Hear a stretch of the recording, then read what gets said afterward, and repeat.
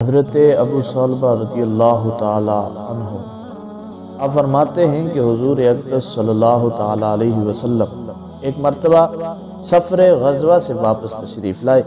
آپ نے مسجد میں جا کر 2 رکعت نماز پڑھی اور آپ کو یہ بات پسند تھی کہ سفر سے واپسی پر پہلے مسجد میں جائیں اور اسی میں 2 رکعت نماز پڑھیں، پھر حضرت فاطمہ الزہرا گھر جائیں اور اس کے بعد اپنی ازواج مطہرات کے گھروں میں جائیں۔ چنانچہ ایک مرتبہ سفر سے واپسی پر تشریف لائے اور اپنی ازواج مطہرات کے گھروں سے پہلے حضرت فاطمہ الزہرا سلام اللہ علیہا کے گھر تشریف لے گئے۔ حضرت سیدنا فاطمہ الزہرا رضی اللہ تعالی عنہ اپنے گھر کے دروازے پر آپ علیہ السلام کا استقبال کیا۔ آپ کے چہرہ انور اور آنکھوں پر بوسہ لینے لگی، رونے لگی تو حضور نے استفسار فرمایا، کیوں روتی ہو بیٹا؟ انہوں نے عرض کیا کہ یا رسول اللہ، آپ کی یہ حالت دیکھ کر رو رہی ہوں۔ آپ کا رنگ سفر کی مشقت کی وجہ سے بدل چکا ہے، آپ کے کپڑے پرانے ہو گئے ہیں۔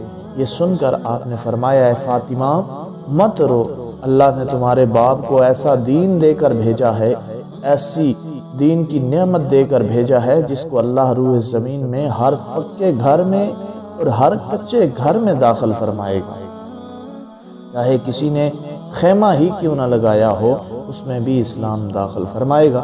جو اسلام میں داخل ہوں گے وہ عزت پائیں گے اور جو داخل نہیں ہوں گے وہ ذلیل ہوں گے، اور دنیا کے جتنے حصے میں رات پہنچتی ہے اتنے حصے میں یہ دین بھی پہنچے گا، یعنی ساری دنیا میں دین پہنچ کر رہے گا۔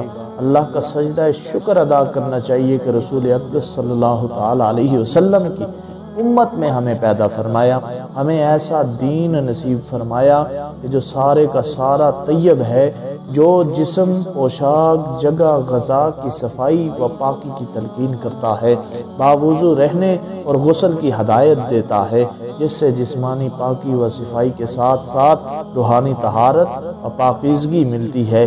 اسلام نے ہمیں حلال و حرام، پاک و ناپاک میں فرق بتا کر نہ صرف ظاہری پاکی پر زور دیا بلکہ باطنی پاکی کے طور طریقے بھی سکھائے ہیں۔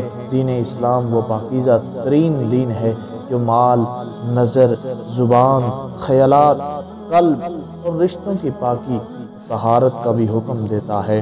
اسی لیے اسلام دینی فطرت ہے جو بندوں کو نجس و خبیث اشیاء و اعمال سے محفوظ رکھ کر پاکیزگی کا درس دیتا ہے، جس میں ہر کام کی شروعات اللہ کے نام سے ہوتی ہے، اس پاک ذات کے نام سے ہوتی ہے۔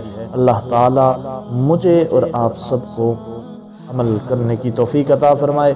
آپ دوستوں کو اگر ویڈیو پسند آئی ہو تو اسے ویڈیو کو شیئر لازمی کریں، تاکہ آپ کے شیئر کی وجہ سے کسی دوسرے انسان کے دل کی دنیا بدل جائے اور آپ لوگوں کی قیامت تک بگڑی بنی رہے۔